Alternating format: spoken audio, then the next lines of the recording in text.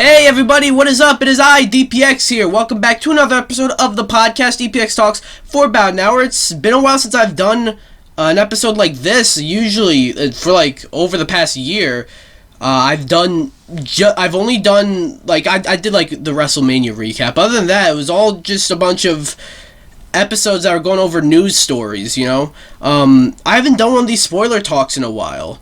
But yeah, I'm doing one today, and the first time I'm doing one about a video game. There have been many that I wanted to do about, like, a video game, you know, but I just never got around to doing that. But I'm doing this one. Hopefully it goes well. I feel like a video game is going to be a lot trickier to do one of these for, so we'll see how well this goes. This is called DPX Talks for about an hour, but maybe it won't even hit an hour. We'll see. But today, I am going to be talking spoilers for my most anticipated game of 2024, the Final Fantasy VII Rebirth. I don't know why I said the Final Fantasy VII Rebirth, you know, but whatever. So yeah, this was my most anticipated game of the year, and I finished it. I have a review, like a non-spoiler review, up on my channel, DPX Solo. If you're listening to the audio version of this, go to my channel and watch that review. Give it some love. But and yeah, and this is spoilers. I'm talking spoilers in this episode. So yeah, if you don't want to be spoiled, you should probably click off now. And I'm also going to be I'm most likely going to be spoiling, like, the other stuff. Like, I'm going to spoil Remake, I'm going to spoil the original Advent Children, Crisis Core, Dirge Cerberus. I don't know if I'll say anything about Dirge Cerberus, really, but, I could. So, yeah, just get into this. This is Final Fantasy VII Rebirth.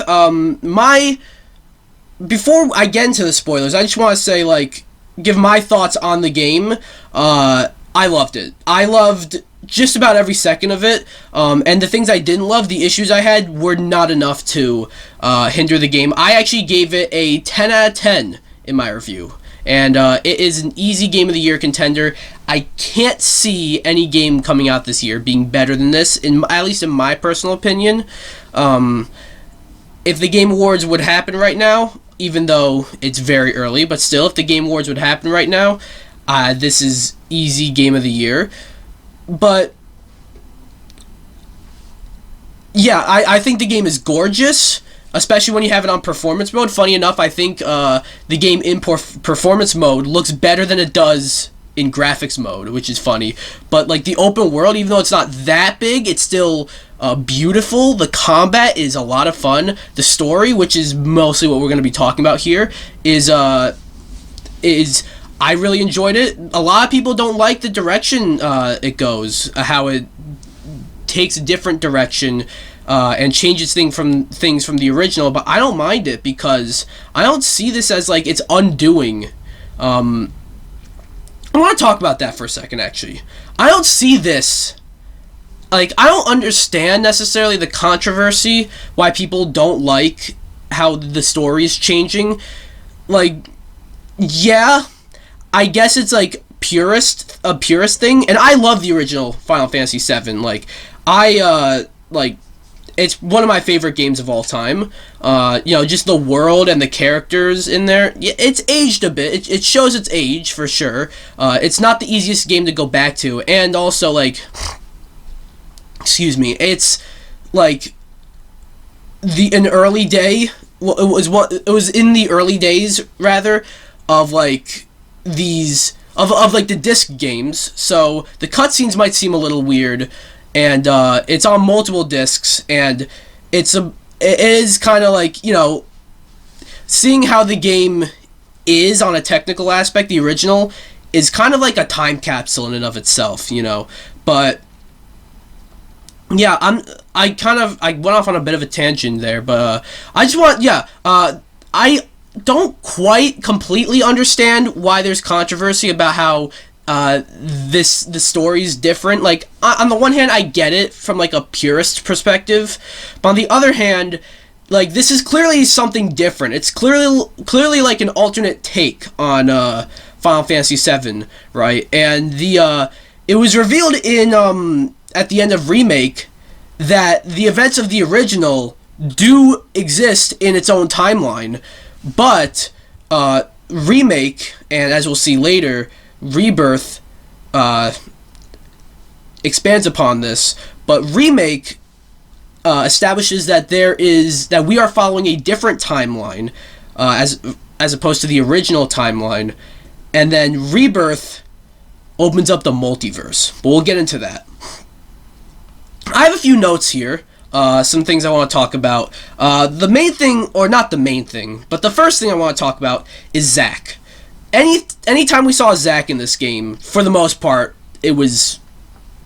In fact, I don't know about for the most part. I think I could be... It's been a minute since I've played the original FF7, and that's a really beefy game, so there could be things that I'm forgetting. But a lot of, like, the Zack stuff is all new, because at this point in the game, Zack was dead. You know, in fact, all throughout Final Fantasy VII, the original, Zack was dead. Zack survived. They showed the ending of Crisis Core at the end of 7 Remake, but the difference here is that Zack survived those events. Excuse me.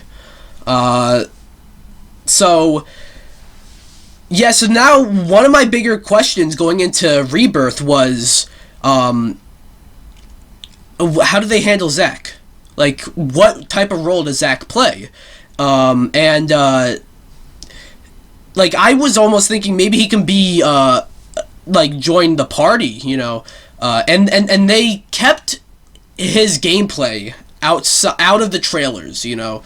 As far as I can remember, I don't think we really saw any Zack footage, any Zack gameplay, any Zack combat in any of the trailers. But funny enough, I think like when you open the game, the first character you play as is Zack, which I thought was interesting. This isn't gonna be I'm not gonna do a scene by scene rundown of the game. There's like some things I want to talk about, and excuse me if it's not the most structured or the most like coherent. I guess some of the stuff might be out of order. I try my best to keep it in order, but this is me trying my best here. It's been a while since I've done one of these, and it's been even longer since I've done one of these by myself, and it's been even longer, as in never, since I've done one of these about a video game. So, yeah. Anyways, so, you know, immediately, like, the first character you play as, I believe, was Zack, right? And it's a small sequence. You fight, like, a couple of, like, of soldiers, of bad guys, enemies, and yeah, and then the rest of... So the game starts... It's worth noting how the game starts with, like, with Cloud poisoned by, like, the Mako stuff, and Aerith is in a coma, while Barret, Tifa, and Red 13 are all dead. And Zack is at Elmira's house, trying to aid Cloud and Aerith. So that's in one timeline. That's Zack's timeline, I guess we can say. You know what I mean? Yeah, basically anything like we see through Zack, like we cut to Zack throughout the game. This isn't Crisis Core, okay? But it's still like we do get quite a bit of Zack. And we cut him throughout the game, and we do learn a lot, but there's, like, little things. Like, there's the scene with him and Marlene, you know, where Marlene is in the room with Zack while he's with the incapacitated Cloud and the comatose Aerith. And Marlene says she knows how Aerith dies, and basically explains exactly how, like, you know, she said a bad guy with long gray hair, Sephiroth, comes down and stabs Aerith. And that's what happens. That's what happens in the original game. It happens a little differently here, but we'll get to that later. And I thought that was very interesting, how Marlene knew that. And so that happened. There's also the stuff with Biggs. You know, it was revealed at the end of, at the end of 7 Remake, that Biggs survived, you know, because he dies at that, like, pretty early on in the, pretty early on in the original. He dies pretty early on. And, so yeah, it's revealed that he survives, in, 7 Remake. It's kind of like how Wedge died, but as it turns out, he didn't die, he survived, but then he did die because of the Whispers. So Biggs survived, and Zack goes and finds Biggs, and they they have some scenes together. I think it's pretty cool. But then Biggs does eventually die, because I think it's just fate. Because Biggs is supposed to die. So he survived, but, like, he wasn't supposed to survive. So he died, eventually. And it might sound like I'm not doing a great job explaining this, and to be honest, I'm not, but, like, I picked a very difficult game to explain. I'm giving more my thoughts on what happens. This isn't like an ending explained video, you know?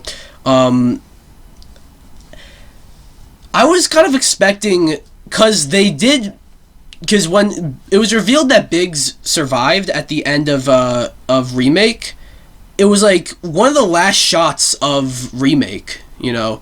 And I was expecting... I was expecting Biggs to play more of an important role, and in a way he does play an important role, but I was almost expecting to be able to play as him in this game. But no, you don't play as him. And I'm not disappointed that you don't play as him, but it seems like Biggs was kind of just there for, like, sort of exposition. You know, he's exposition to Zack, I feel. And he shows that they're, like, the other timeline, but then dies because, like I said, he's supposed to die. And that brings up a question about Zack, especially when we get to Aerith later. But another thing that kind of hints at the multiverse, I mentioned the multiverse, but yeah, it's established that there's a whole multiverse as opposed to just 2 timelines. And one thing that I didn't even notice this until I looked more into it, there's like a bag of, not a bag of, one shot is like a bag of chips, but there's like the little dog in like, that's, hold on. Stamp. The dog's name is Stamp. He's a dog mascot, and if you look closely, he pops up everywhere, but he's different in like each universe if you look into it, right? One universe, he's a stamp on a wall. Another universe, he's like a mascot for, like, you know, a shop. Another universe, he's on a bag of chips. Another universe, he's like a plushie, you know. And if you look into that detail, you can see how many times we cut to, like, how many different universes we cut to. There's also the moment where Zack, he has the choice between saving Biggs, Cloud, or Aerith, and each of those choices creates a branching timeline. You know, my brain hurts now.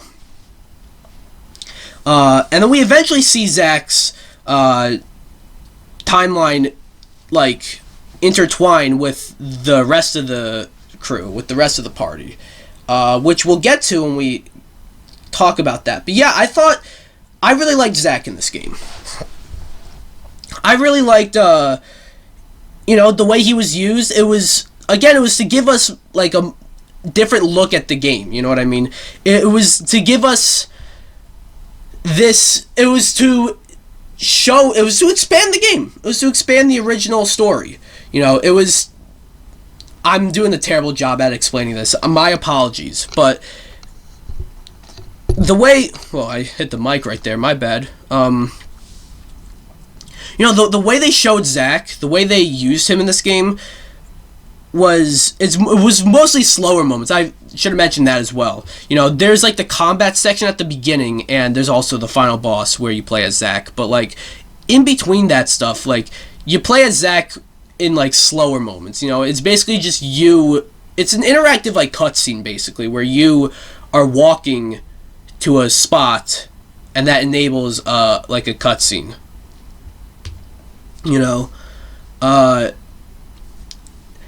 But we get like kind of exposition, and we get hints and teases as to what could be happening through Zack, and we get a whole bunch. Like basically, Zack is the door to like a whole bunch of new stuff. If you know what I mean, if that makes any sense. And I found that to be interesting, and I think I'm interested to see how they use Zack in the next game. Another thing that I didn't really realize at first until I thought about it for a second. The Gi. The Gi had like little to no significance in the original game. It had like in the original game, you go to Cosmo Canyon and you find out more about Red 13 and his father Seto, right? And the Gi is kind of just there. In this game, the Gi is like the creator of like the black materia, and when Cloud and the party, they agree to like, we'll use this and we'll bring it back to you, but they had no intention of ever bringing it back to the Gi, the black materia I'm talking about. So the Gi will most likely be in part 3. And you could be playing, like, specifically, like, Gi Natak I'm talking about. But I'm talking about, like, the Gi in general, but, you made the promise to, Gi Natak. And so they lied to the Gi. And, so like I said, the Gi will probably be in the next game. Gi Natak will be in the next game, possibly. You could possibly fight him, which could be interesting. And because him, or the Gi and Sephiroth's, they both want the black materia, there can be like an alliance there, which could be interesting.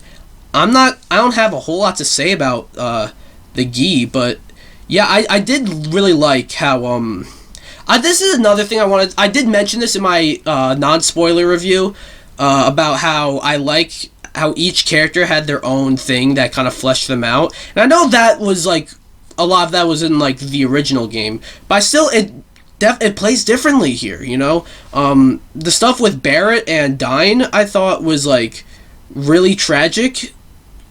I thought the stuff with Red 13, I thought that was very interesting, and it catches you off guard a little bit when like you get used to hearing Red 13 talking like a wise deep voice like this, but even deeper than this, and then he just starts sounding like a kid all of a sudden.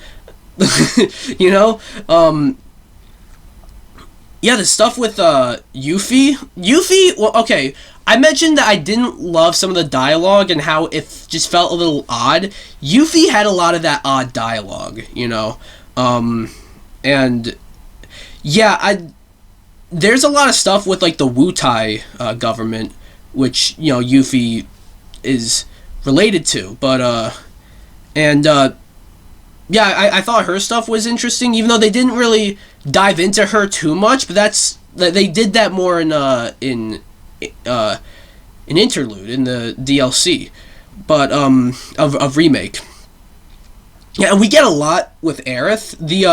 The section of Aerith where you play as her with her own unique abilities that I didn't mention in the review because it's spoilery. It's because it's towards the end of the game. It's the part where you absorb energy by praying as her, and not playing, by praying as her, and you fill up these things to rebuild the area. It's so weird explaining this shit, but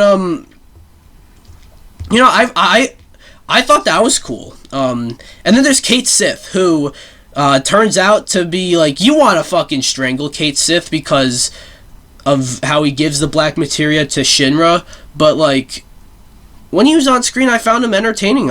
He did kind of stick out a little bit, but he's also somewhat like comedic relief, you know.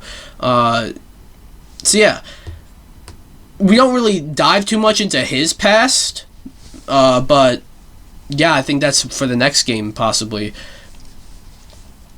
And yeah, I just really like that about. I know that was in the original game, and I really liked it there too. But like, it's just like I said, it plays differently in this game, you know, and also the trials, where you actually like the trials of it's, you know, Aerith and Cloud, although Cloud is a bit later, but like Barrett, Red 13, Yuffie, Tifa. I don't think Kate Sith was there, but yeah, the part where you do the trials for all the characters and you have them like relive like horrible moments for them, that was heartbreaking. So yeah, and then there's other changes, like the part like how they introduce Vincent and how they introduce Sid. They are introduced a bit differently, you know. You know, we actually get introduced to Sid before Vincent, and I believe it was like the other way around in the original, but in this game it's that way. And Vincent was like the was in a coffin as security, you know, and Sid, they kind of just called a plane, and Sid came. You know, that's how they met Sid.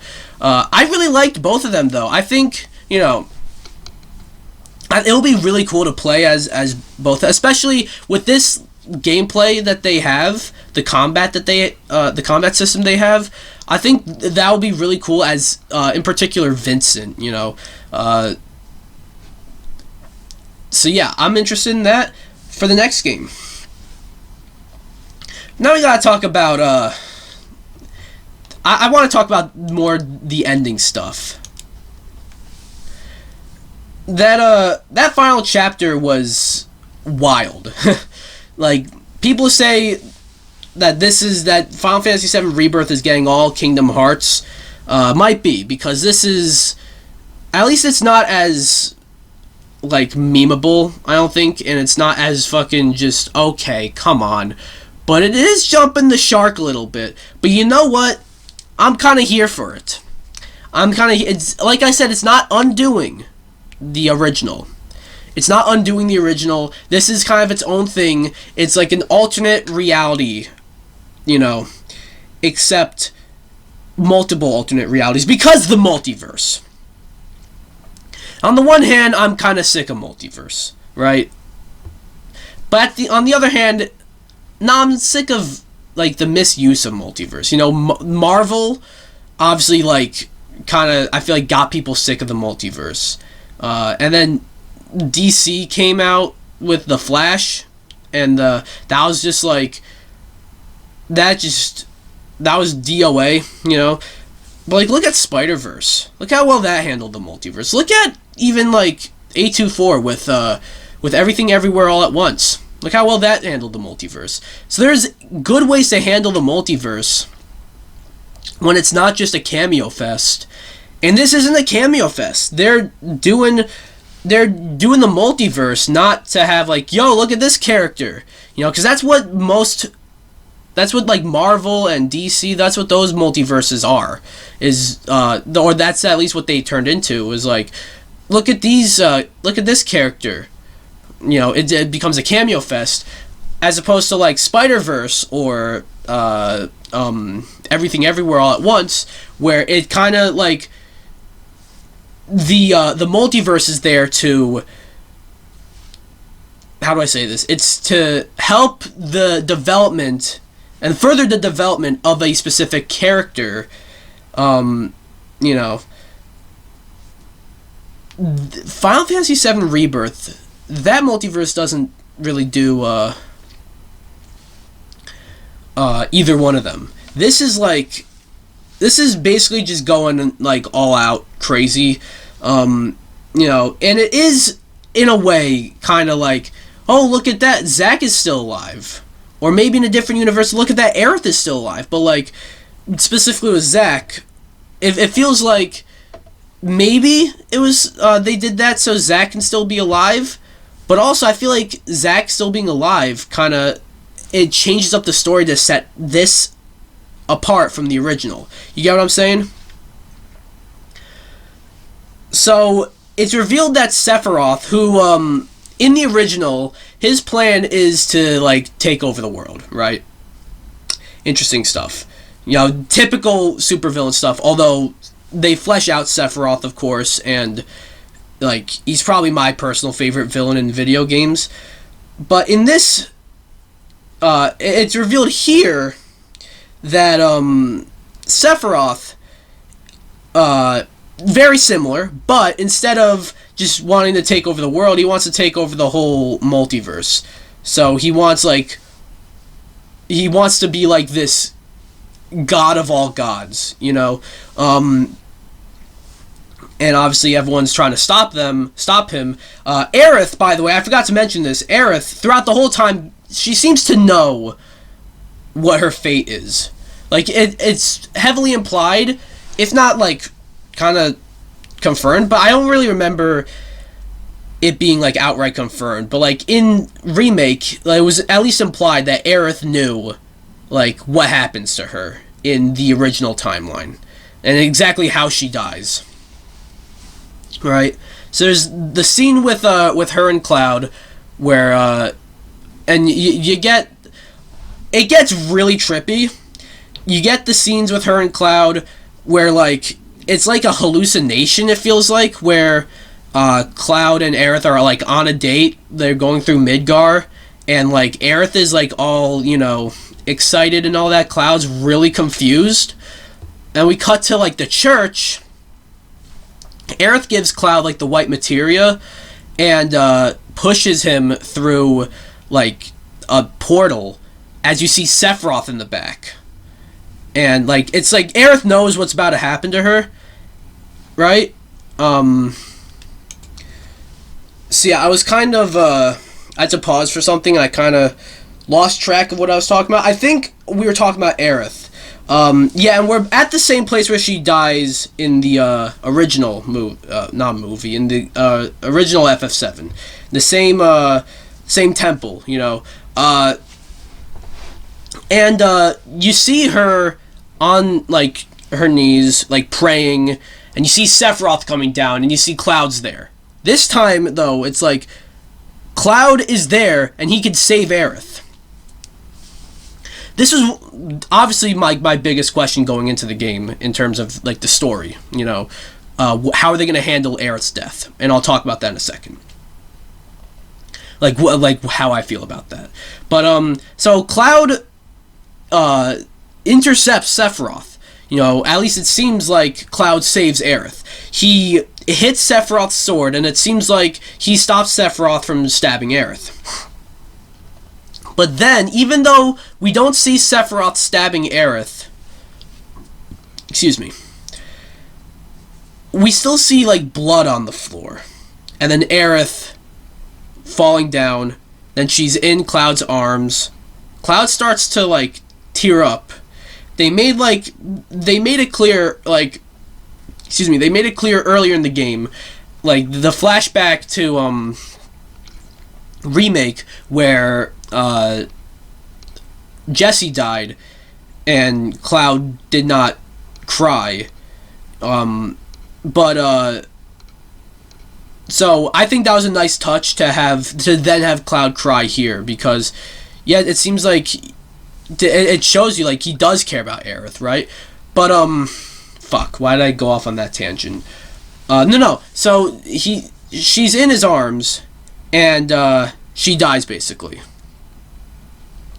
So that, yeah. The question going in was, how are they going to handle Aerith? Does she even die? Is it Aerith that dies? Is it maybe Tifa, Barrett? Is it Cloud himself? Does Cloud die? Or does nobody die?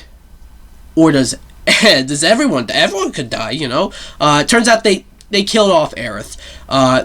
This was one of the original. This moment in the original is one of the most iconic moments in video game history. You know, because like it's very shocking. You know, you got to know this character. She's been a party member. She's been a character that like you've played as for a good chunk of the game, and then she's just dead in shocking fashion. This game, though, you're kind of dreading it. Like, you kind of know in the back of your mind, Aerith could die. Like, when you're at that scene, it's like, oh, Aerith, this is the part where Aerith dies. What are they gonna do? And, okay. I fucking hate the internet. Because I knew Aerith was gonna die. Not because, like, I am such a good guesser, but because I fucking got spoiled. That was the one thing, okay? Could have spoiled anything else for me about this game. That was the one thing that I, like, wanted to find out myself. Not the one thing I want, but, like, if there's any one thing I wanted to find out myself, it was that. And that was the one thing I got spoiled. I don't think I got spoiled with anything else. It was just that. And I didn't. It's not like I was on Twitter and I got spoiled. That you're basically going into a war zone by going on there without beating a game as popular as this. No, I was on YouTube. I didn't even search for anything. I was on YouTube and I watched a video about Final Fantasy VII Rebirth. There was a review from a channel. I don't remember what. And then in the fucking recommended, it's Aerith's death scene in Final Fantasy VII Rebirth. It's fuck you! Anyways, so, but throughout the game, I was unsure, maybe I hallucinated that, because I never saw that pop up again, you know, and I didn't want to, check, so, yeah, but yeah, she does die, but it's not completely clear how she died, or really that she even died. You know, it leads more towards the fact that she did die. But, I explained to you kind of how she died. The floor got stabbed, but she still died. Aerith still died. And there's a few possibilities I've heard thrown around. Maybe, Cloud, who's had hallucinations throughout the whole game, and his, mental state has been deteriorating, which is something I forgot to talk about. Maybe I can talk about that more. But, yeah, no, she's, Cloud's, he's hallucinating. Maybe he could have hallucinated saving Aerith, or Aerith talking to him afterwards, or maybe, Cloud, different timelines could have flashed with that had Cloud actually saving Aerith, but the timeline we're following did not have that. Maybe Sephiroth really did not stab. Maybe he actually did miss Aerith. He didn't stab her, but then he had control of the Whispers, something I forgot to mention. The Whispers are the arbiters of fate, as they call it in the game. They control the timeline, basically. They're there to protect... they were not in the original game. They are here to protect the original timeline, but then you kill or at least you beat the Whispers, you know, and then, the timeline can change now. Sephiroth is there to control the Whispers now. He's gained control of the Whispers, and so maybe he used that to still kill Aerith, even though he did not stab her. Or one theory I did not hear floating around, and this is a bit of a cop-out, Because, and it doesn't make that much sense, but it could happen, is what if, like, none of the three other possibilities I mentioned were the case, but instead, it was just fate, and Aerith was supposed to die at that moment, and she just died.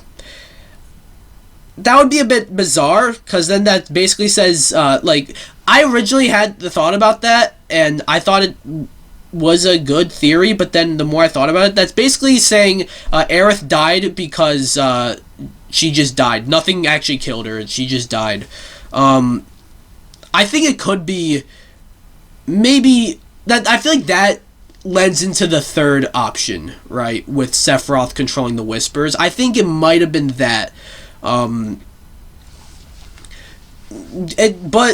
yeah, I saw like an IGN article that said it was like, I forget what the headline was, but it was something like, Final Fantasy VII Rebirth made a mess out of its most important scene, and obviously referring to Aerith's death. I wouldn't say that. Like, Aerith is dead. Or Aerith died here. That much is conveyed. But now there's more questions, which it's not bad to have questions.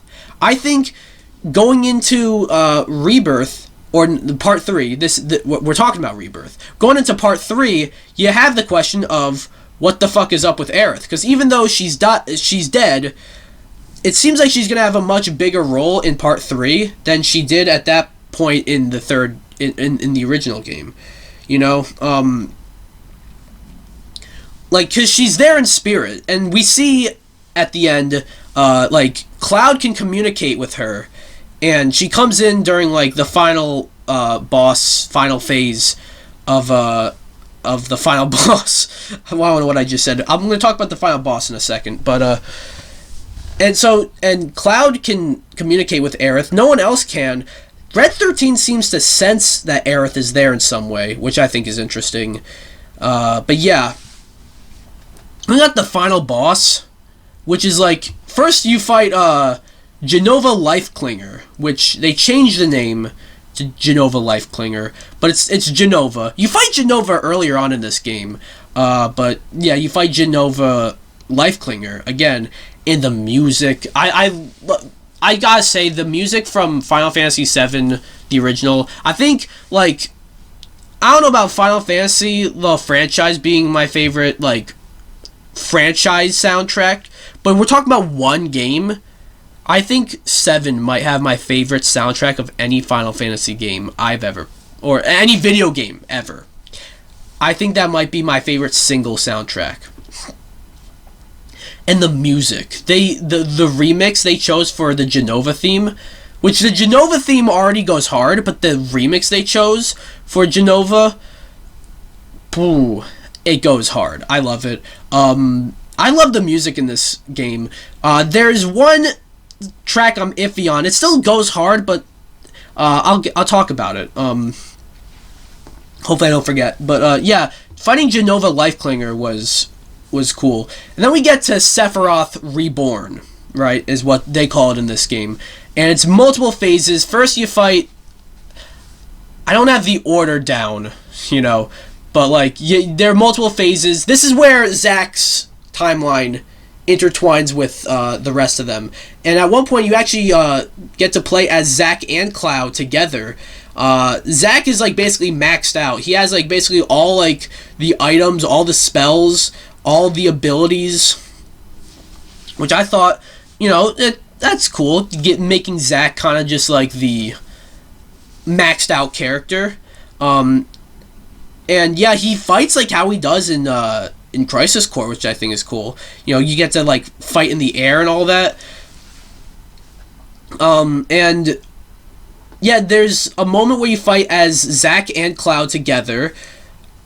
There's a moment where you fight as, like, some of the party members and then some other of the party members. And then there's a moment... I want to talk about this for a second. There's a moment where you fight as... Well, there's a moment where you fight as Zack. And then you fight a part where you're fighting Sephiroth Reborn, and there's the two wings, the left wing and the right wing, and then the core. Now, I'm not much of a grinder. I don't grind too much in video games.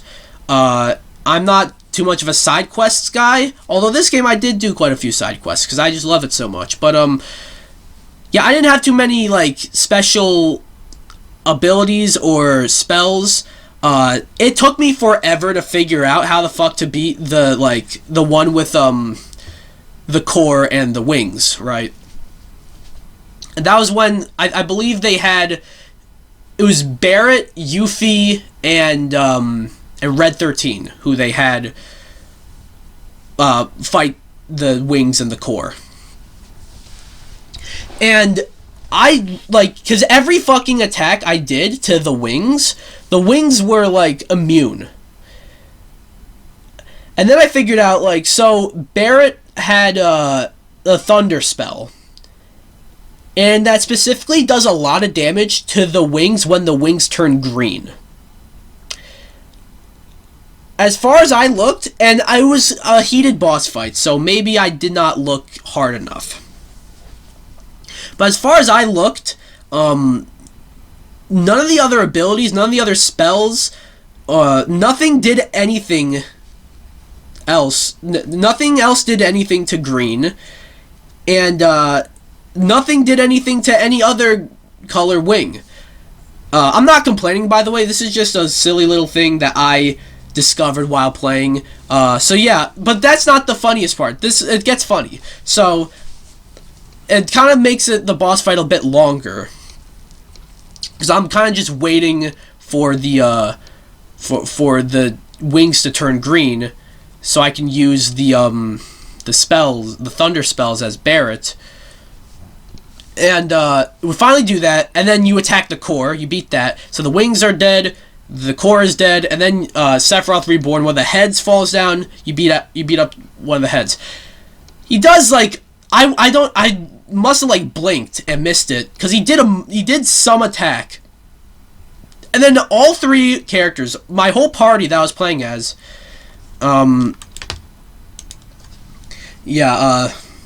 so I kind of forgot what I was talking about, or I know I was talking about the final boss. Kind of forgot where I was, because I just got a phone call from my mom, and obviously I gotta answer that. But she told me something completely, like, unrelated, completely whatever. Because completely random, was not really worth calling me for. But so I was fighting the boss. I kind of forgot where I was. I don't know if I said this part or not, but so I blink, and the Sephiroth head did an attack, and I must have missed it, because all of a sudden my whole party was at like 1 HP. I was like, oh fuck, I'm not playing through this part of the fucking boss fight. I'm not playing through this phase again. You know, I'm not doing that all over again. Although it was a lot of fun, so maybe I will do it all over again. But, like, you know, it's a bit different when you haven't beaten it yet. You know what I mean? So I'm like, oh fuck. Like, I don't even know what happened. And I'm like at 1% for, like, every single character. But then luckily, and he was almost dead as well. Like, that phase was almost done. Luckily, I still had healing items, and I was able to do that. But, like, that was insane. Like, I almost had a heart attack. So you do that. Then we get to the final phase of this Sephiroth final boss, and it's Sephiroth. It's Sephiroth himself. We already fought as I didn't say this, but, like, when you played as Cloud and Zack, you fought base Sephiroth. You fought normal Sephiroth. But now you're Cloud. Zack, I don't think I really specified this, but Zack is in, like, a different he's in, like, his own timeline, you know, so he's not with Cloud anymore.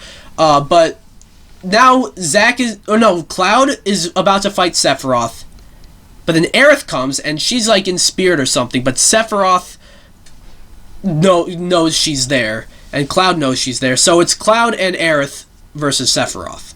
And it's just, Sephiroth is not Sephiroth Reborn or anything like that, it's just Sephiroth. And, I found that really fun. Something similar happened to Cloud and to this fight where like I was fighting Cloud. I wasn't fighting Cloud. I was fighting Sephiroth as Cloud and Aerith, and then all of a sudden, like, Sephiroth does something again. Like, I blinked and missed it. Sephiroth does something to Cloud, and Cloud's like almost dead. And then luckily Aerith had her limit, and one of the limits is the healing wind, which heals the party. I was like, perfect. So I did that.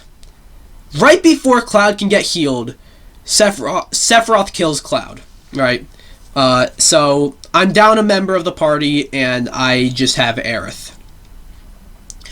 And there's no fucking way I was gonna beat Sephiroth as just Aerith. Like, Sephiroth was not really close to dying, to being dead. He was like halfway there, but like Aerith... Well, I just hit the desk. Sorry about that. Aerith does not have any attacks that are really that strong. Whenever I was in combat, I didn't use Aerith for anything unless, like, maybe for like some long range stuff, because she does have the staff that shoots, and obviously for like healing, you know. Other than that, I did not use her that much, like, at all. So to fight the final boss as her was, I restarted that phase of the fight. Like, I was like, this is not happening. But yeah, you beat the final phase of Sephiroth, and he's smiling. Cloud's like, why is he smiling? Aerith goes, because he knows this isn't over. So Sephiroth, like I said, he's trying to gain control of the whole multiverse. And he's got some control. He's trying to be like the god, right? And yeah. There's another thing that I did not mention, and that is the clones of Sephiroth. That was like the black robed men, you know. With Glenn is the main one.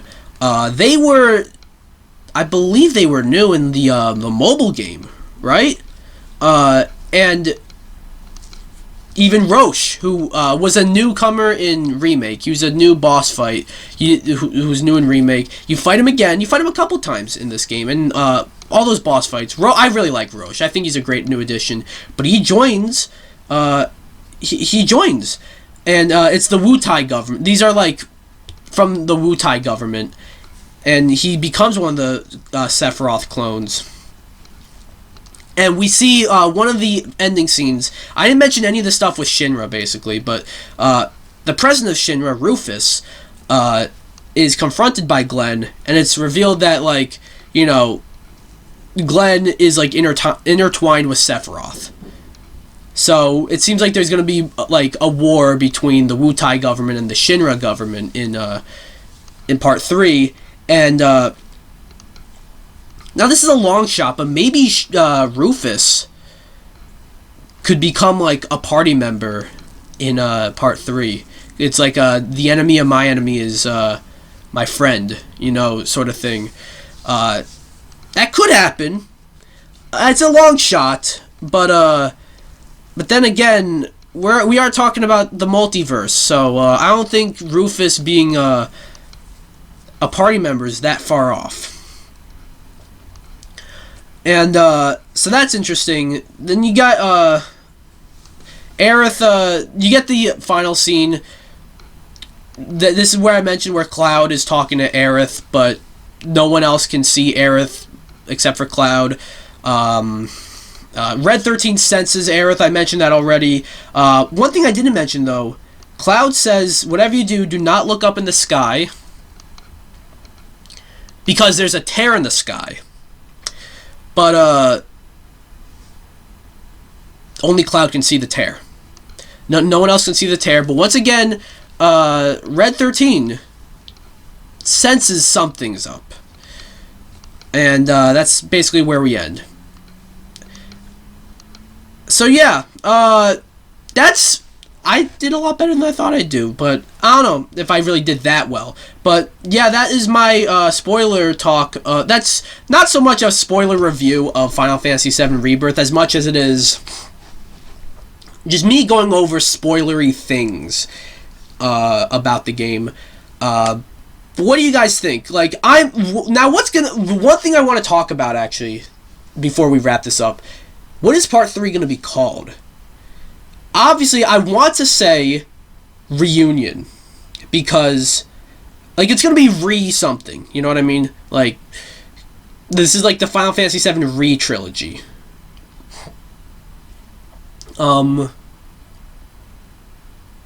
So, I feel like Reunion would fit perfectly because it's a re-word, you know? And it's also, like, something that characters kept saying throughout the game. Saying, like, it's a reunion or whatever. But the thing is, we already got the word reunion into one of the Crisis Core Reunion, right? We already got that. And I mean, technically, there's no rule saying they can't use that word again. But it would be odd if you have Crisis Core Final Fantasy VII Reunion, and then excuse me, and then a completely different game called Final Fantasy VII Reunion, where Final Fantasy VII Reunion, should that be what it's called, is the third entry of a trilogy of a remake of the original game that Crisis Core Final Fantasy VII Reunion is a remaster of a spin-off of. What did I even just say? I don't even know what I just said. But if they don't call it Reunion, like, well, maybe Final Fantasy VII Returns? Maybe they return to the original timeline? That could be the case. Final Fantasy VII Revenge, they get revenge on Sephiroth. Final Fantasy VII Retribution, which means the same thing as revenge. I don't know what they'll call it. But yeah, another thing I want to talk about is, real quick, Cloud, and how he's, like, his deteriorating mental state, and, like, how he's, like, there's the moment where he almost kills Tifa. And by the way, like, Sephiroth kills Tifa at the beginning, but, like, in a different timeline, you know? Which causes Cloud to think, like, oh, you're an imposter of Tifa, so I must kill you. Maybe Cloud could become, maybe not the villain of Part 3, maybe there's, like, a moment, though, where you fight Cloud as a boss. You know, that could be cool. I think if Remake was like, not quite a remake, but more of a retelling, and Rebirth was more of a brand new game that shared a lot of the same story beats as the original, Part 3 could very well be just an entirely new game with, like, the same story beats, but, like, that might just be the only thing it has in common, right? I'm interested, and yeah, if Part 3 is even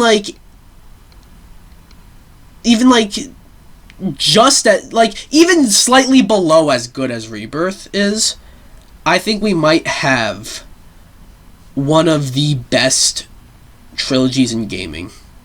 I'm serious. So that's my spoiler thoughts on Final Fantasy VII Rebirth. If you haven't played the game, well, I don't know why you stuck around this long, unless you don't care, which, thank you. You just wanted to hear me talk about Final Fantasy VII Rebirth spoilers. So, yeah, thank you guys so much for checking this out. We're going to wrap this up. If you're on SoundCloud or Spotify for podcasters, go to my YouTube DPX Solo. You'll see what I look like, actually. If you are on the YouTube, you go to SoundCloud, go to Spotify for podcasters, and I'm looking into maybe putting this out on other platforms like Apple or Amazon maybe. Yeah, just search up DPX Talks for about an hour. You won't have to see what I look like. And yeah, I'll be back hopefully later this month with a normal episode of DPX Talks for about an hour where I go through some news topics. This was fun. Hopefully I'll do this more with more video games, movies, shows, whatever that come out. Next month I'm definitely doing this with WrestleMania. I don't know if you call that a spoiler talk though, but yeah. Anyways, bye guys.